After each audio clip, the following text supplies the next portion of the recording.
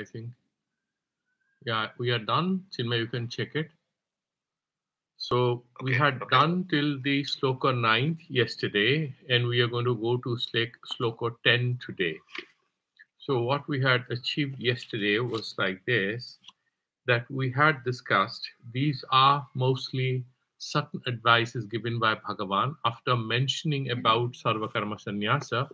Now he is giving some advice with regard to the details of how to do the meditation on the Atma. This is going to, in a way, educate Arjuna, that is all of us, who are having fascination for sannyasa as an easy way out of this life, which is full of responsibility. Bhagavan is saying that it's not so easy and it's not something to fancy. It involves a lot of hard work, it involves a lot of attention, and therefore he has started this. And he has mentioned number one, that you have to be a complete loner in this whole new business. There's no one to help you. Your friends and relatives who may have been great assistance when you are doing in the first phase of your sadhana, some atma suddhyartham, some karma, nishkama karma. They could have helped you. But now, atmana uddharet atmanam. You have to uddharet atmanatmanam. You have to rescue yourself with the help of your mind, with the help of yourself. And he mentions how the Atma is the best friend of Atma, that is your mind. That is, you are your best friend, you are your worst enemy. And then he gives you certain rationale as to why, by doing this sadhana, you're going to benefit. You will be a Jitatma and you will have a Prashanta Chitta. And which means that you are free from all sorts of distractions caused by physical and mental dualities, subjective and objective factors which cause pain and frustration and distractions in us. So he has given these two sets of opposites. One is sukha and dukkha, and which could be caused by certain physical factors like heat and cold, and then certain things which are caused by certain psychological factors like mana and apamana. So you would ascend and you will feel better there. And so now we are in this sadhu swapicha papeshu. Having mentioned that he'll be sort of neutral to this, he has also mentioned it's not only about his own physical conditions and his psychological experiences within himself that he'll be able to overcome, but he also has an attitude of equanimity towards different sets of human experiences triggered by different kind of people.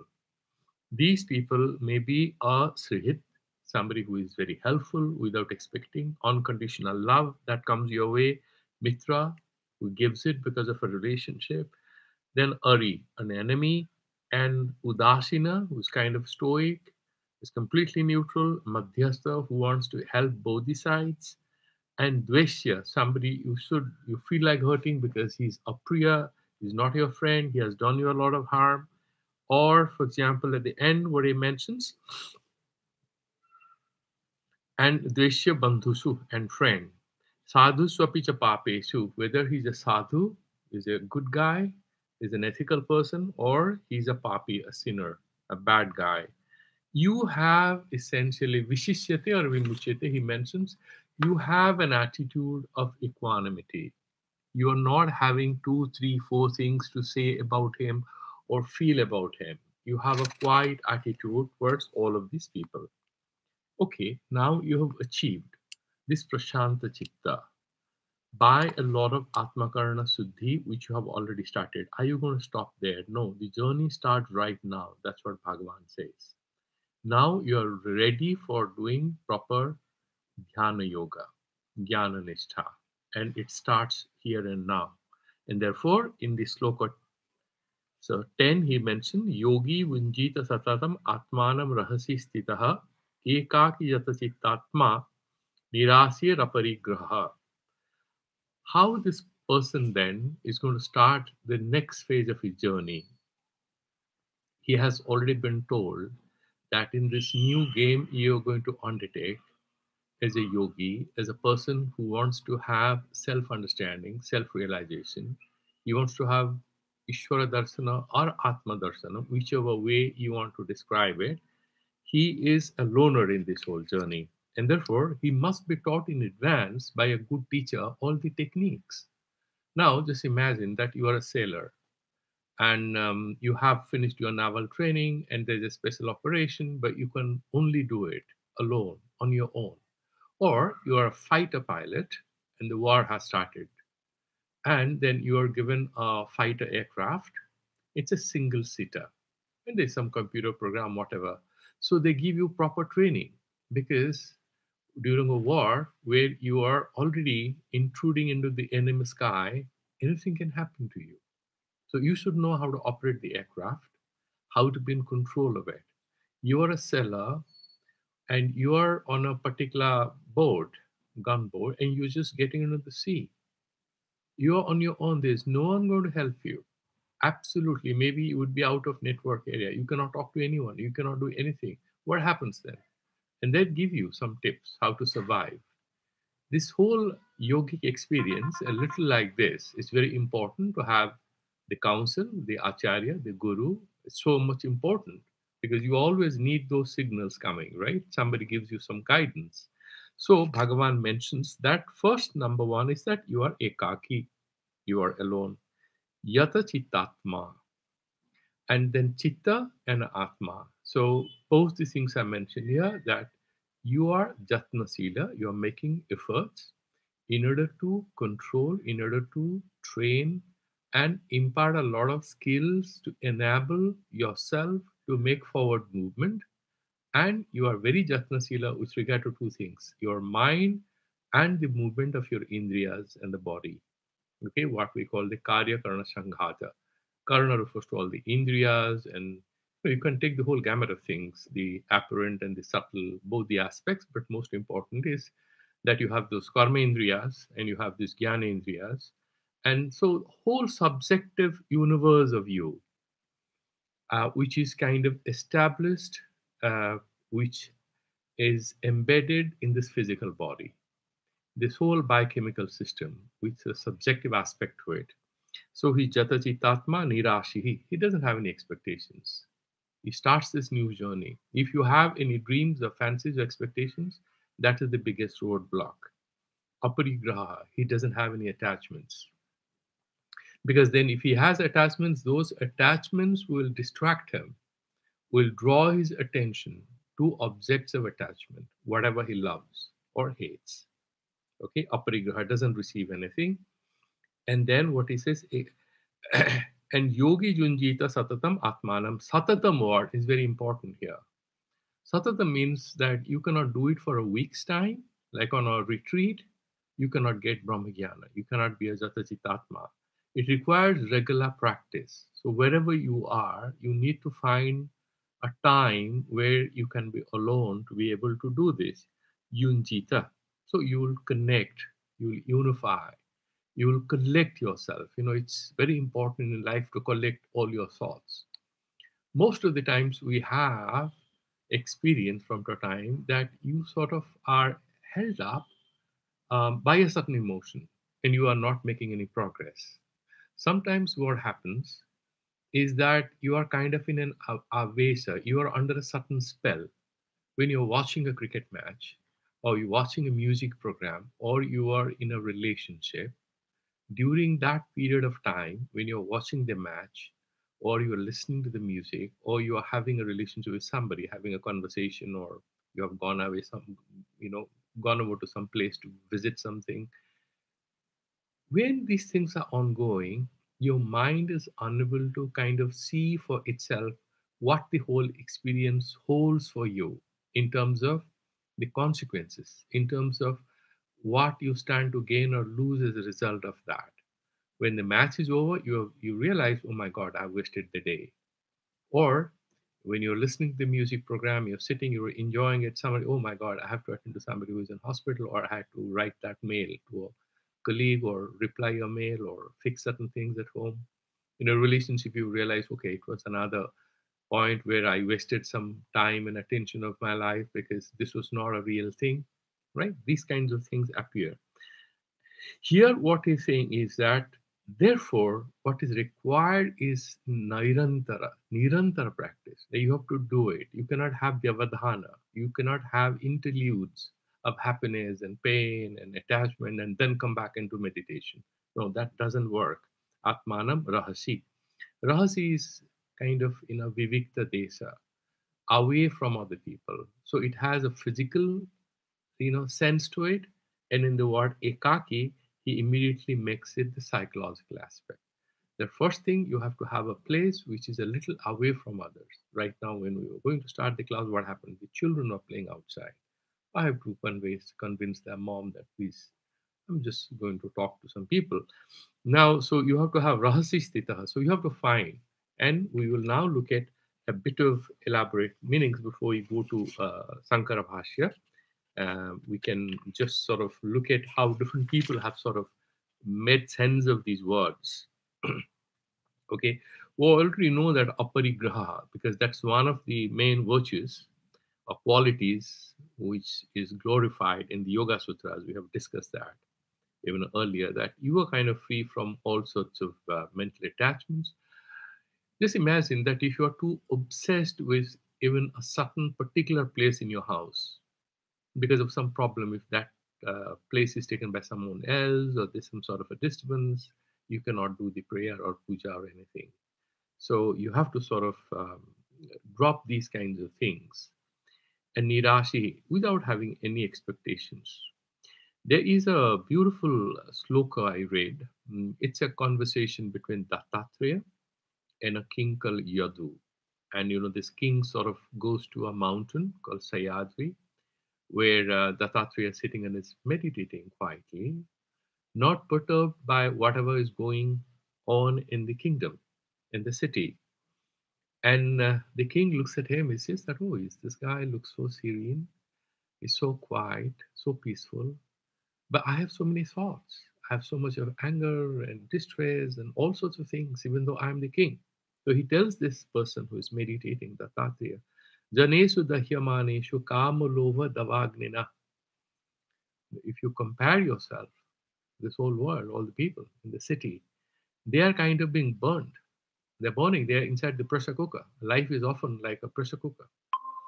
Kama lova davagnina. So they're kind of burnt. They're being cooked in this life by the desire and by greed. Na tapyasi agnina mukto. However, all these fires which are burning us, we sansaris, it doesn't affect you. Ganga vasta iva dvipaha. Like an elephant who is sort of, standing inside the Ganges. And maybe it's summer, but the elephant is having a good time. It's not affected because the Ganga water is very cool. Is enjoying it. Now, Dvipa here, why Dvipa is elephant here is that Dvabhyang Sunda Mukhabhyam Pibati Iti, because he has two mouths through which it can drink water. Of course, generally it sort of pulls it through the trunk. Now it also can eat and it can also drink water through the mouth. So it's called Dvipa. It can drink through two mouths. So, like the elephant is kind of relaxing in water, even though there is scorching heat, which is burning the earth, the elephant is having a good time because it's standing inside water. You seem to be standing inside a consciousness, which is the source of peace and happiness. So that is the kind of state in which a yogi is supposed to enshrine himself, establish himself, and relax. And then um, there's another beautiful story in the Abadhuta's life. If you read, he had 24 gurus. And one of the gurus that he had was a young girl, a young lady, in house of some priest or something, and he was begging for alms. And he knocks at the door of this house, and there is a young girl inside. And she sort of knows it's a monk, so she should give some bhiksha. And she says, okay, boss, come in, I'll give you something. Then she vanishes, but she finds there's nothing at home to give him. So what does she do? She starts, grinding some, what do you call it? some wheat flour to make some wheat flour and starts grinding, and there's a noise. And this monk will get to know that this little girl is trying to help me. He'll not eat, he'll walk away because these monks are very sensitive. They would not like to give any pain to anyone for their benefit. So, what does the girl do? She somehow manages to make a few chapatis and gives him a little milk, or I don't know what. We can always fantasize about what she could serve him. Maybe a bit of ghee and a few chapatis and a glass of milk or anything. And then he has the lunch and wants to bless this girl and says, "Tell me, young girl, how did you do this? I heard the noise, the sound of your bangles in the beginning, but after some time, there was no sound. So, who made it? Did you borrow it from your neighbor or something?" She explains the whole story. She tells him that, you know what, I have these six, seven, these bangles, and they make some sound when I start grinding, and I was scared that you'll walk away because you don't want to give me any physical pain. It was very embarrassing that there is nothing at home.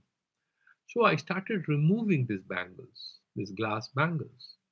And then I had two each on both the hands because I don't want to be barehanded. I mean, it was a belief that you should always wear bangles. And even these two started making small sound. And that also could irritate you because you were sitting in meditation and doing japa, waiting for food. So I even removed, and I just had one bangle each on both the hands. And immediately Avadhuta sort of fell at her feet and said, "Now you are my guru." And the girl was a little scared. But Avadhuta sort of tells her, "I have learned today that it's very important for a person who wants to engage in spiritual practice to realize himself or herself, to have some self realization, should learn to be alone and should not be scared of being alone. Because, if you have two, you have a conversation. Three is a crowd. Okay, there will be a quarrel. So there's this beautiful sloka somewhere. Base bahunam kaloho bhavet varta dvayorapi. If you have three people, there's going to be a quarrel on something or the other. Eka eva chare tasma. Therefore, you should always be alone. Kumarya eva kankana. Like the kangan, that bangle that this girl was wearing, the way once he made just one bangle left on her hand, it did not make a noise anymore. Similarly, a spiritual aspirant who is doing meditation, at the moment of meditation, there's nothing. A lot of people now these days do what is called mass meditation. That's all fine for the fun of it. But if you genuinely want to do meditation, some people have a group of people sitting and meditating. They call it group meditation. It's all fine for the beginner who has so much of vikshepa within that he'll not be able to sit alone because of the inner turmoil. For him or her, it's useful to sit in a group of people who are meditating because at least there is some semblance of pressure on him to sit and do meditation. A lot of students enjoy sitting and studying in the library for the similar reason because if they come home to the room in the hostel, they may fall asleep or feel lazy or something, lose motivation. So they would like to sit in the library and look at others studying. So they are kind of outside in people. But when you become really spiritual, you become inside out. You are not being guided by positive external circumstances to be spiritual. That is very temporary.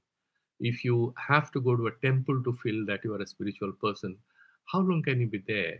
And then that also is externally induced. That's not something which is going to hold your spirituality for a longer time. If you learn a trick of carrying that spirituality with you in whatever form from within, that's more sustainable. And to do that, it's important to be alone, right? And therefore, then Bhagavan says ekaki. Okay, and what is the time span? Is it for 2 hours, 3 hours, 6 hours? No, he says no. It has to be kind of continuous. It has to be a sustained practice. You can do it half an hour a day to begin with, or maybe 10 minutes or whatever. You can do 2, 3 minutes every hour if you're doing a job. These are all useful practices. However, what he mentions is that in this sloka is giving prakara vidhi. If you're doing meditation, dhyana nishta, you are now starting as a yogi. These are some of the techniques. And in the earlier sloka, he has already given you the lakshana. What are the symptoms of a yogi? That he has discussed in last three slokas. Here now he is giving a little details about it. Okay. Then yunjita means what? Samadha dhyat. Sort of stay in a state of samadhi, sort of move towards that. And so basically, yunjita means, it's usir yoge dhatu, interconnect, unite, collect yourself. And ekagri kuryat. So you have to have ekagrata. What is the opposite of ekagra? Vyagra. You have too many agras. That means you have too many directions in which the mind wants to move. So Abhinava Gupta sort of makes an interpretation of Yunjita saying that it essentially means, ekagri kuryat. Or Dhanapati says nirudhyat. You have nirudha, that what is yoga? Chitta vritti nirodha. So you kind of obstruct the jumping around predilections of your mind. It may like to connect with so many things. You obstruct it. Like your son is in a disturbed state of mind. What does the mom do? Somehow hold the son back at home because she knows if he goes out, he'll have a fight with some friend or other because he's a very disturbed state. So the mother convinces him not to go out of the house. And satatam, that means essentially nirantaram or sarvada. And here there is a sentence also that you have to sit and do it ekaki. Okay. And then atmanam, then what do you do, whom you do, nirasya parigraha satatam atmanam. So being alone, he has to connect his antakarana. Atmanam here is antakarana. Antakarana is mana eva broadly, but in Vedanta, it's kind of a paryavachi sabda. It can be used for a range of words like buddhi and all kinds of movements, shraddha, asraddha, all these things are antakarana vrittis, movements of the mind. Buddhi or chitta or mana together, you can call them antakarana, but broadly mana. But there are subtle differences, differences between mana, buddhi, and chitta, right?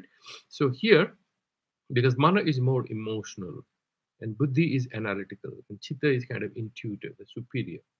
Okay, so that's how it's mentioned here. And Atmanam is Antakaranam, Manas, or even Buddhim. And then there is a beautiful, between the sloka 10 to 15 together, Abhinava Gupta, you have heard of him, I have mentioned his name earlier.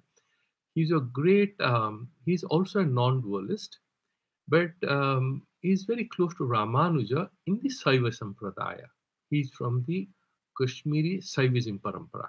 Okay, he came after Sankara, and perhaps a contemporary of Ramanuja, maybe a little before Ramanuja, and a great scholar. And he has this Trika philosophy. So here, sort of from his framework, he's Advaitavadi, but not the kind of Advaita Sankara will talk about.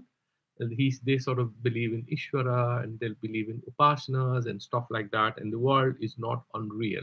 For them, the world is real, and Lord can create anything, and therefore, why he will create a delusional world? He has created a real world. I mean, but without going into it, here he mentions something interesting I want to share with you.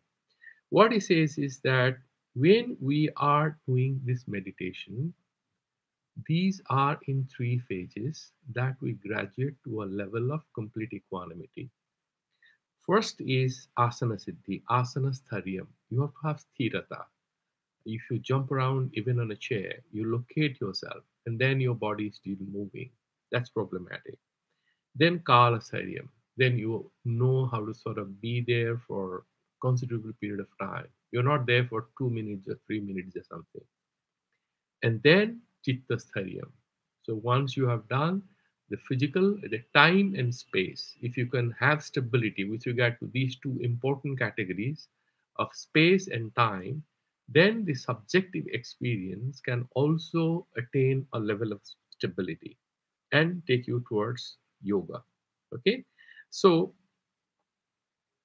Then this word yatachittatma, it has come before, it's going to come again and again. And the meaning of it, these great scholars have all explained in different ways. So, for example, one particular scholar, he's kind of mentioned it, very interesting. He's saying yoga pratibandhaka vyapara shunyataya. So, what is yoga? You want to have this connectivity with yourself. You want to have a level of samadhi. And there are obstructions. These obstructions are what? Laya, like falling asleep because of tamashika pressure, or having big shaper because of some rajasic disturbance. Your mind jumps around.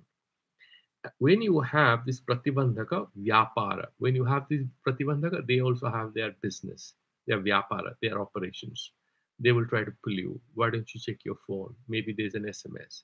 There was a small beep. Do you know it could be your child, your daughter who is in distress in school calling you up? They will create these kinds of disturbances. Then, when you have sunyataya, when you are free from this sort of vyaparas, you are a yata chittatma. Your body is quiet, your mind is disciplined, and you are in control of yourself.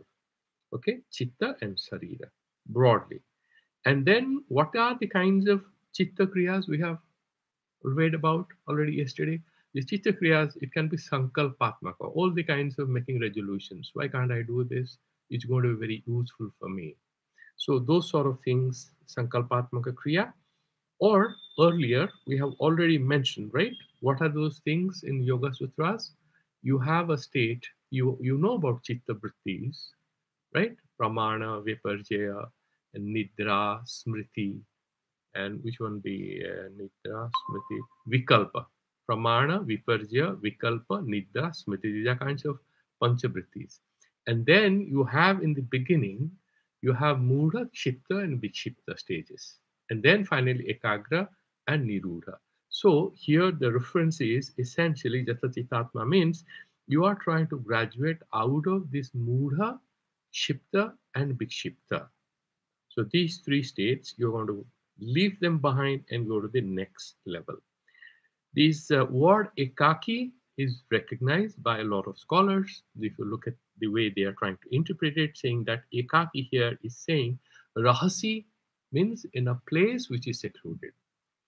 But if you go to a secluded place, but with somebody with whom you have emotional attachment, you go to a very secluded place, you go to a cave, but you carry your little baby with you. Would you be able to meditate there? No.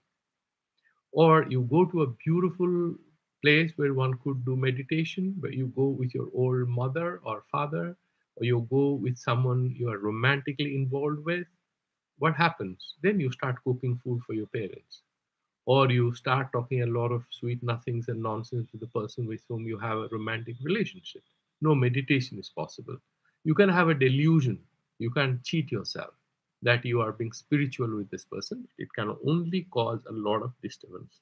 So what he's saying, a lot of scholars, and it's perhaps very appropriate, that by mentioning this word ekaki, the hint is that if you have taken sarvakarma sannyasa, and there is a purvapara prasangikata here, that if you are somebody who has taken sarvakarma sannyasa and you're doing meditation, because you have already left behind, there is no job to return to, there is no family to return to, it's more likely, not always, it's a necessary condition. I tell you, Vividisa sannyasa, aspirational sannyasa, where you haven't achieved the kind of purity which is required of a person vidva sannyasi, but you are an aspirant for chitta suddhi and for everything, and you have done some karma and halfway you're leaving and going. So there are some karma mala still there.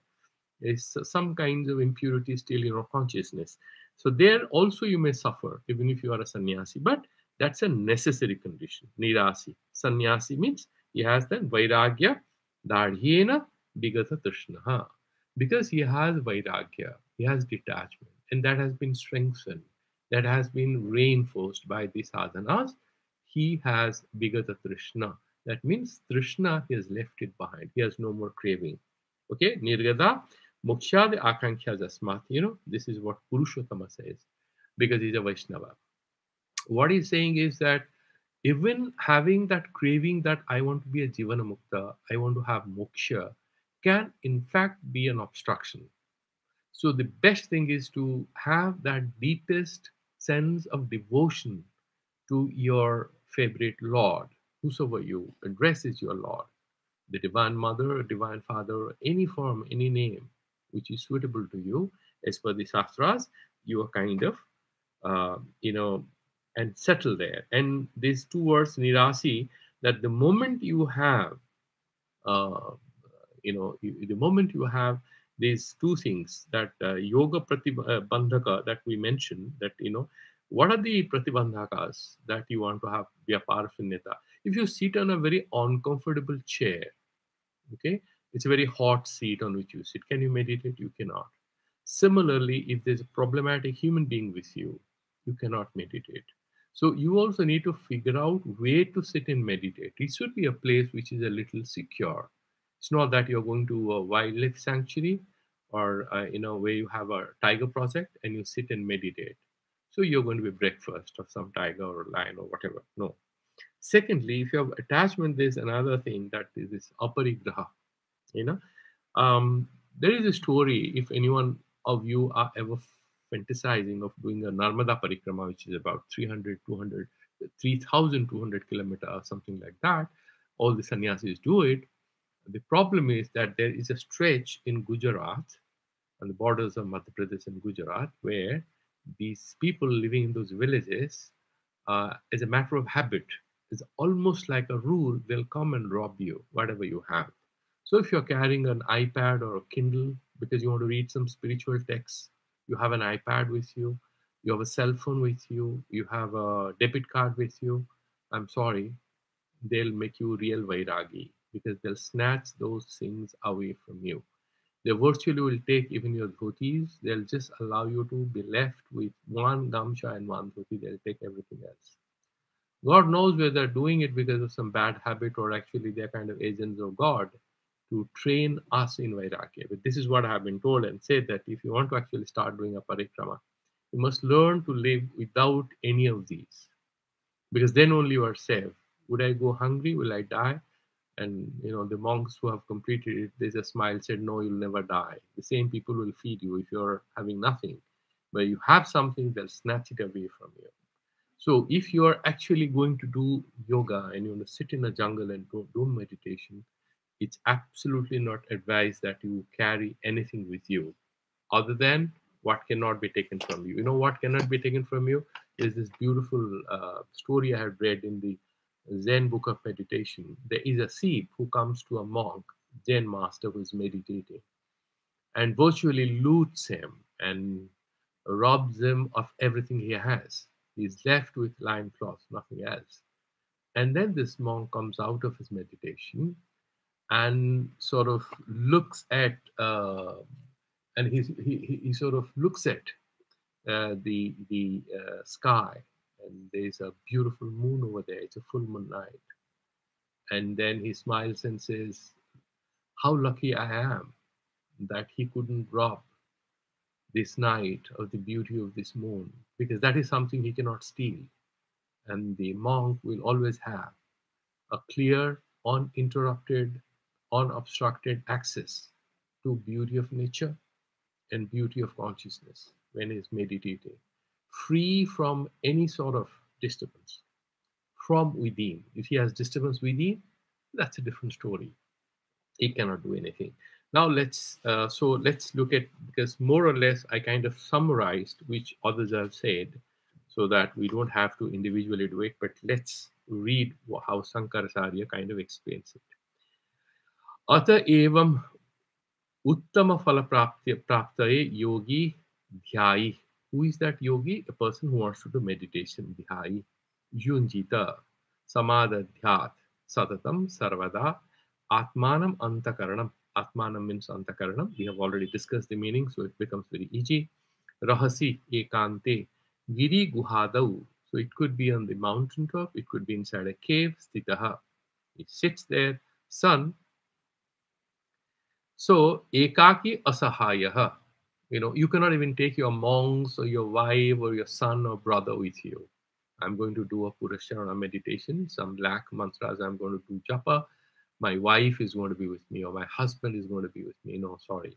That's not what it is. You have to be asahaya. You have to be nirasraya. You must only depend on the Lord and your own consciousness. Rahasi stitaha ekakicha iti. So you are in a lonely place, but you're also alone physically. Viseshanat sannyasam kritva ityartha. Shankaracharya kind of infers from this sentence the very fact that there is these two words mentioned there, that it should be in a isolated location and you should be alone, only hints that the text is talking about a sannyasi. Yata chitatma, yatam chittam antakaranam atma dehascha. And it means that your chitta means your mind, and antakaranam, and then atma means your body, the whole biological system that you have. Sanyato, the one who has kind of disciplined it, yasya saha yata chitatma nirasihi Beta tusna, and then he has kind of left it behind all cravings. Okay, aparigrahascha, and doesn't accept anything. Maybe he takes a bit of fruits and roots or whatever he manages. Maybe some bhiksha, some alms. Then he's happy. Parigraha rahita ityarthaha sannyasitve sannyasitvepi tyakta sarva parigraha san yunjita ityarthaha. Even though you are a sannyasi, if someone comes and is very impressed with your appearance or with your peace of mind, your serene appearance, and gives you a few gold coins or gives you an iPad or maybe a vehicle, and you inside the jungle, that's going to be the big distraction. Therefore, he's saying that tyakta sarva parigraha, he should refuse to accept anything. That is a very key thing. Now we'll go to the 11th. So, okay, Madhusudana, what is that book? Yeah, it's here. So Madhusudana kind of says nothing much new, but let's look at how he sort of deals with it.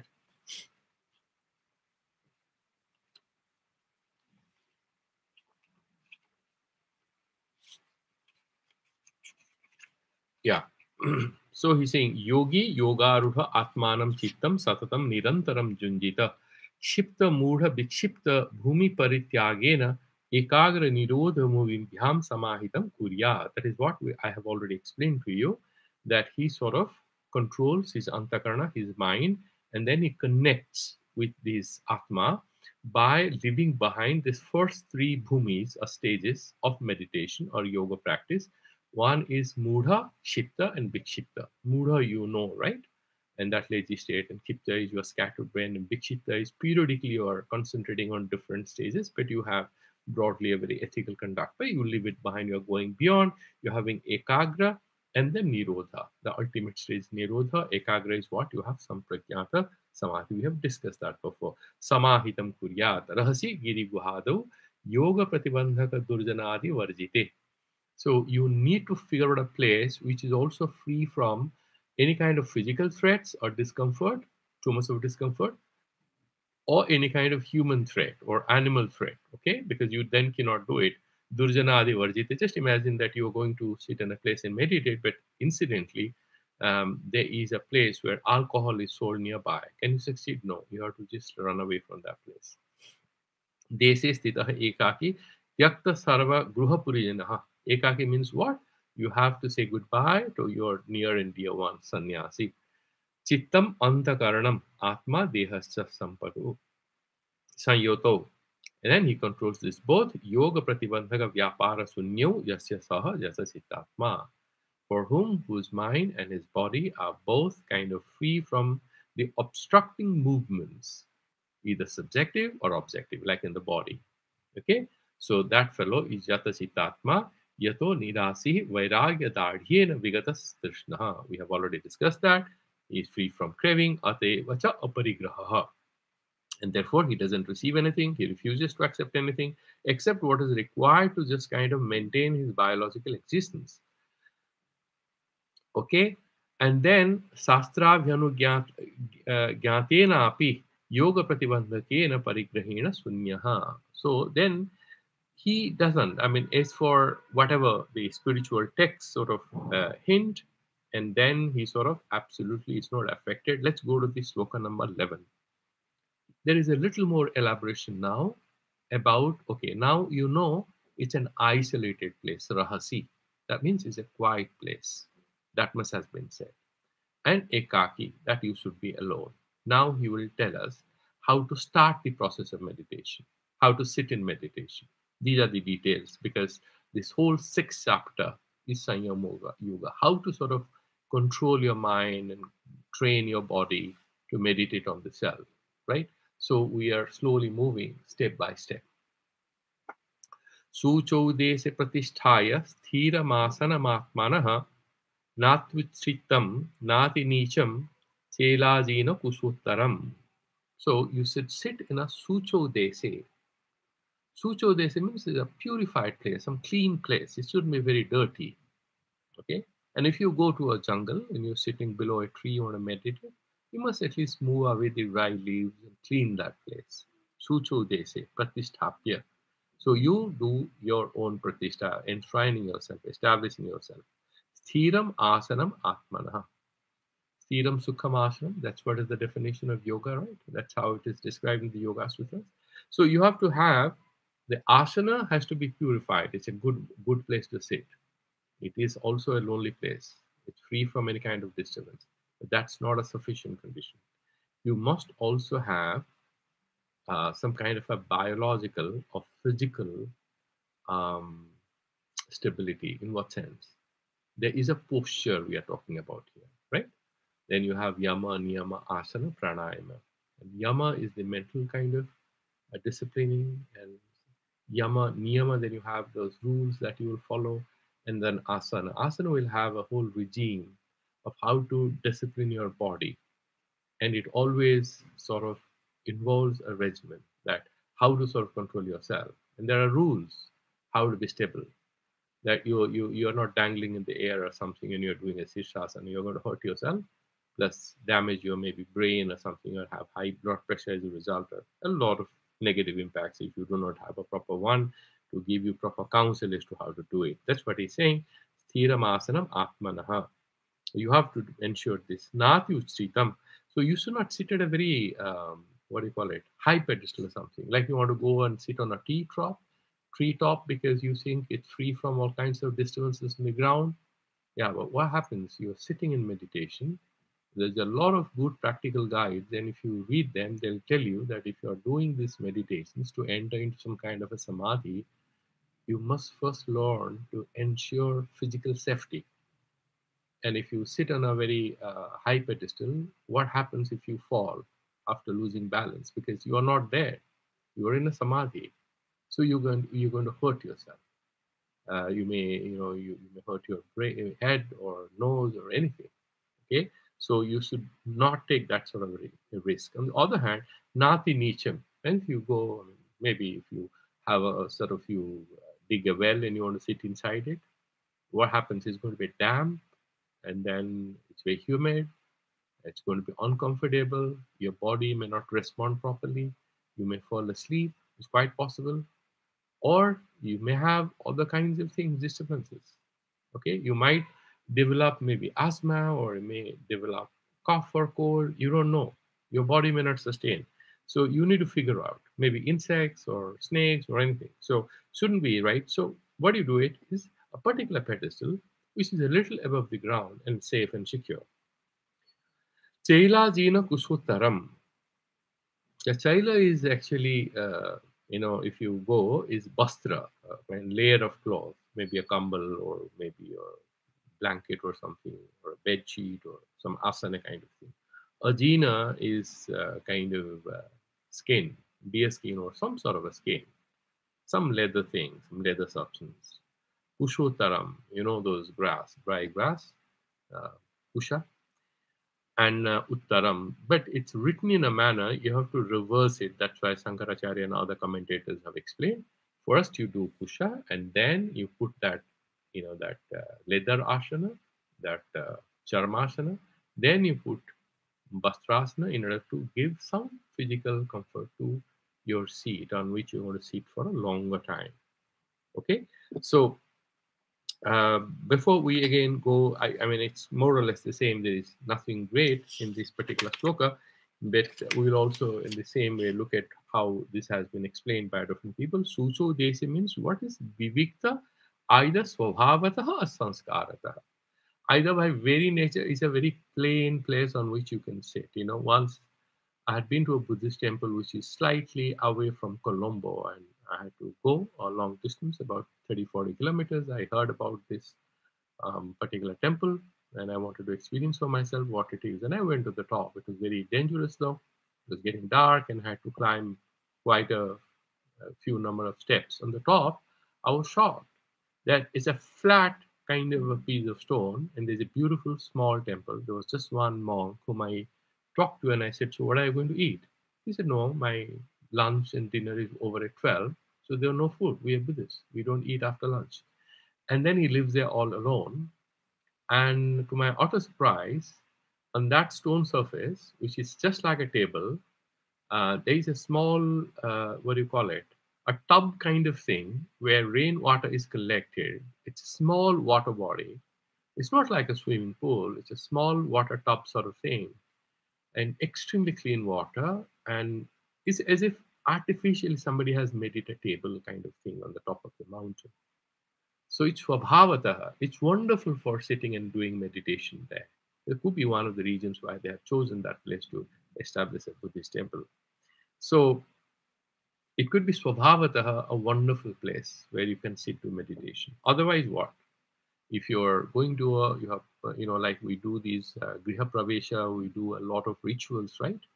Before we start doing any puja, we do our Bhuta Suddhi, but we also do Asana Suddhi. Why do we do it? Because these are rituals, these are meditations in order to purify, give ourselves a suitable, conducive ambience so that the mind can concentrate. Okay. Sometimes what happens is people say that if, let's imagine some crime has happened. There's been a crime scene some years back. We don't know. All places on earth could be crime scenes at some point of the time. When you go and sit there, the energy, people say, affects you, and you don't manage to meditate. And sometimes you will visit some place, a hotel, or you may lie on a bed or something, and you cannot sleep because there's some energy kind of is disturbing you. So what you do is that you have to do some sanskara. So you have to do the purifying rituals. Asuchivihi purusehi, right? So this particular thing, Ramanuja kind of beautifully mentions that anadidistam, apraguhitam, right? This particular place that you're going to have, let's imagine that there is a criminal and he gives you a house saying, okay, set up an ashram, go sit and meditate. And he has got a lot of people over there. If you establish a temple or an ashram, it's not going to be a very peaceful place to sort of sit and meditate. It's not going to work. So, because it's being kind of contaminated with all negative energy, so you should sort of ensure that you sort of purify it. Okay. And then this is jana samudaya rahitaha. It's and then you have sort of and then you should be a nirvaya sthana also. Okay, and that's saucham they say. And then once you have that asana is fixed, then starts the real business of meditation. So sthiram asanam atmanam. Okay, so sthiram asanam atmanam. So what you do is you have to establish yourself, your body, and in 90-degree, where your spine, your neck, and your head are kind of in a straight line. And there is a standard guidance as to why you need to sit like that. Because then the blood circulation is perfect, but I'm not getting into the scientific part of it. You can just read it for yourself. There is a definite reason that this is the only way your mind can actually continue to be alert and do meditation without falling asleep. You bend and sit like this. I mean, some people can do it. A bit of bending is kind of tolerated, but if you stretch it like this, your back is going to hurt after some time. And if you bend forward, you're going to fall asleep. So you sort of have to tune yourself to sit in an erect posture. And that is the standard advice. And that is what he's saying here. Okay. And then, uh, and then, okay. And then, there is this another word that atmanam is there. Sthiram asanam atmanam. Why? Some of the scholars are saying that you should not sit on someone else's asana. Because just imagine somebody has a beautiful meditation mat or yoga mat and you're dependent on it. Or so what happens if he's meditating at that time? Can you do meditation? Because that's his property, right? That's number one. Number two is this whole business of how well can you discipline your mind sitting on somebody else's asana, because there's a kind of an interference from the energy thereof. Okay, so we are kind of coming close to the timeline, so let me quickly sort of look at Madhusudana Saraswati. He kind of summarizes whatever Shankaracharya has also said. Shucho swabhavata sanskarato va suddhe jana samudaya rahite nirbhaye ganga tata guhado deshe same sthane pratisthaya sthiram nishalam nati utsitam nati ucham na api ati nicham.